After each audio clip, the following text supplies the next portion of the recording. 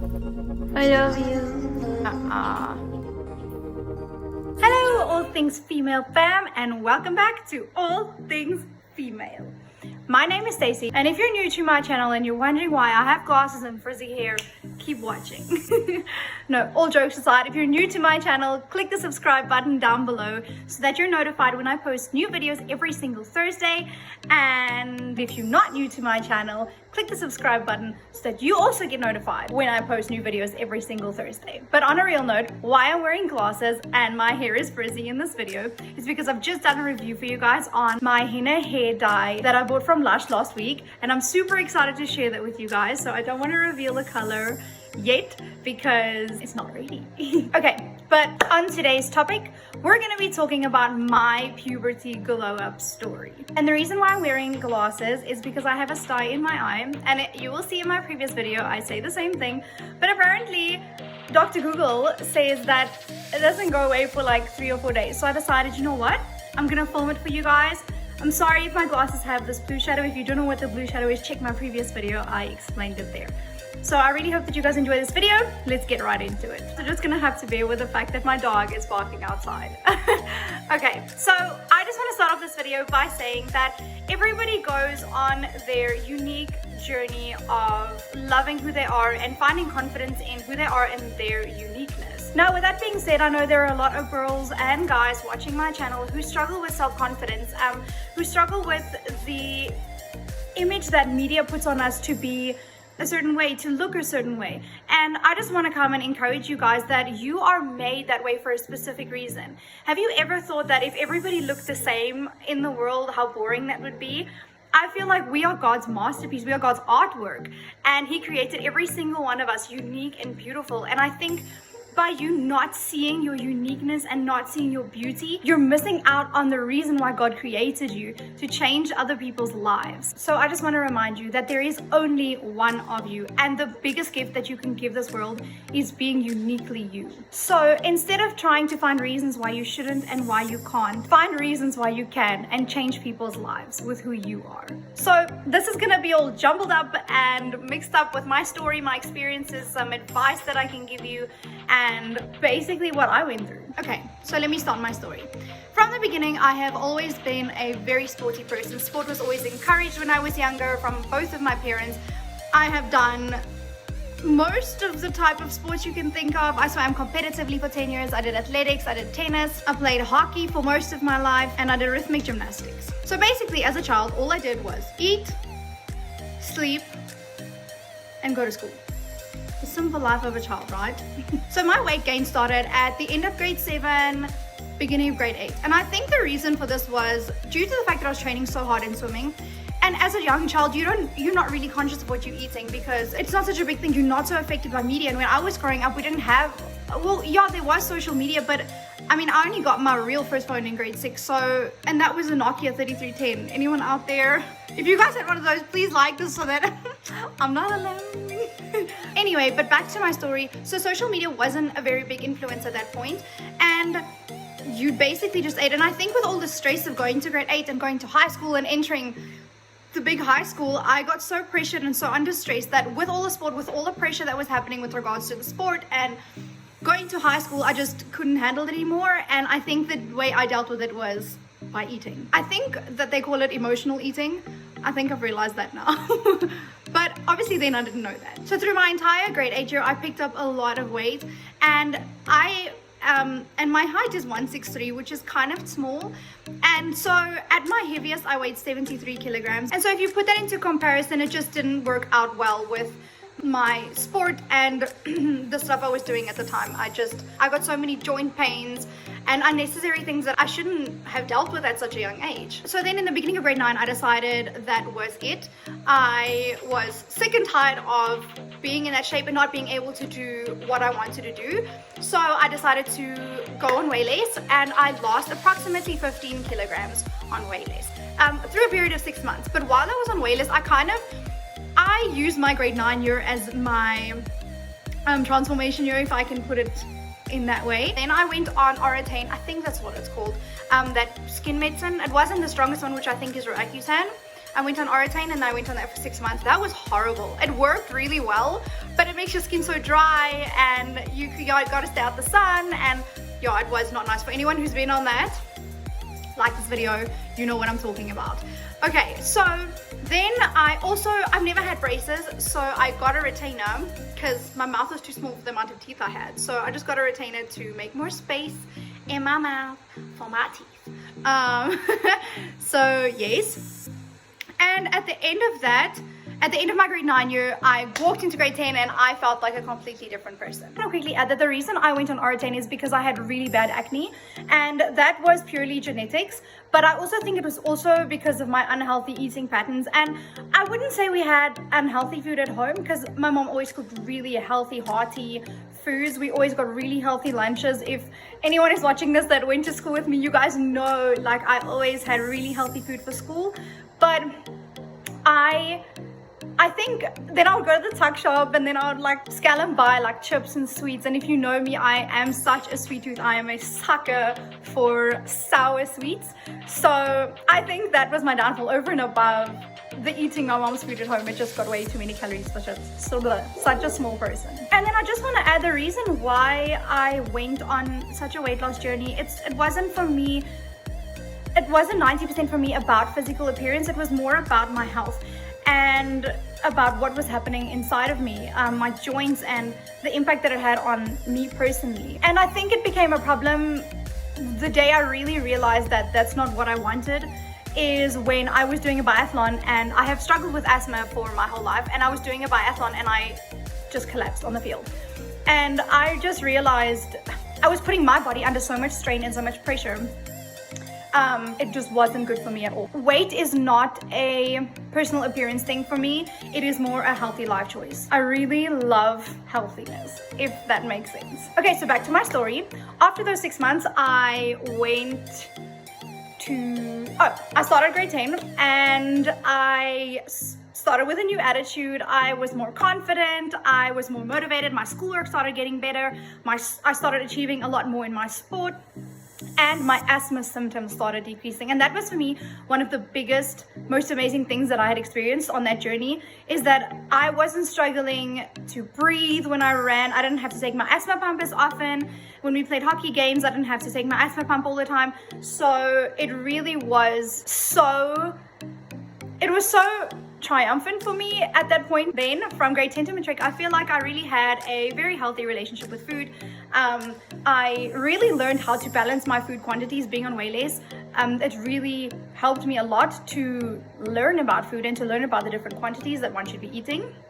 So I kept all the weight off and I had a really healthy relationship with food until the end of my matric year.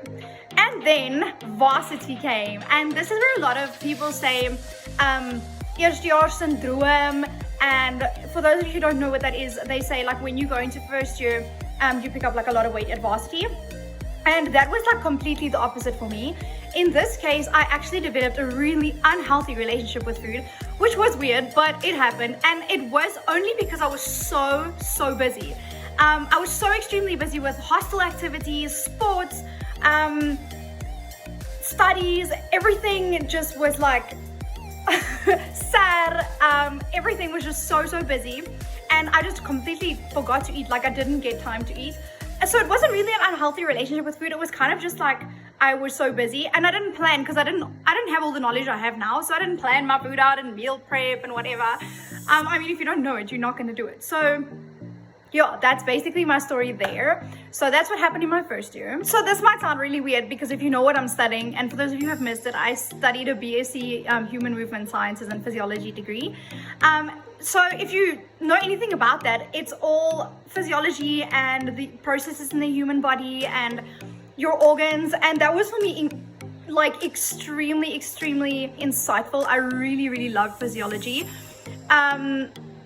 As well as the sports side to it, Human Movement Sciences, which was super cool because I got to apply that. But it taught me to have a healthy lifestyle and what food and vitamins and minerals has an effect on my organs and on the processes happening inside me, which was so eye-opening for me. And every time I talk to people now about food and the effect that it has, I'll often speak about the benefits of that specific food on your body and on the processes, and how you need such a well-rounded, nutrient-dense diet to really benefit your body. It is so, it makes me so excited. I really love the benefit of food on our bodies because I love food. And then if you can get the benefit out of food, it's like a win-win. Okay, anyway, back to my story. Oh my word, guys, I get so distracted. Okay, so needless to say, your weight fluctuates. You're never gonna stay one weight the whole time. You're gonna lose, you're gonna gain some, you're gonna lose again, you're gonna gain some, you're gonna gain a bit more, then you're gonna lose a bit more. And that's not because of something that you're doing. Okay, maybe it is external factors, but it could also be something that something that's happening inside, or environmental factors, or maybe you're just eating too much salt or whatever. So you're never gonna be the exact weight. But for me, it wasn't about that. It was about me living a healthy lifestyle and being able to do what I wanted to do, and being the active person I am, always being part of hostile activities, always doing sport, always there when people need me. It was so much that I just wanted to be able to get up early if I wanted to, and stay up late if I wanted to, and not be so drained because I was fit and I could be able to handle it.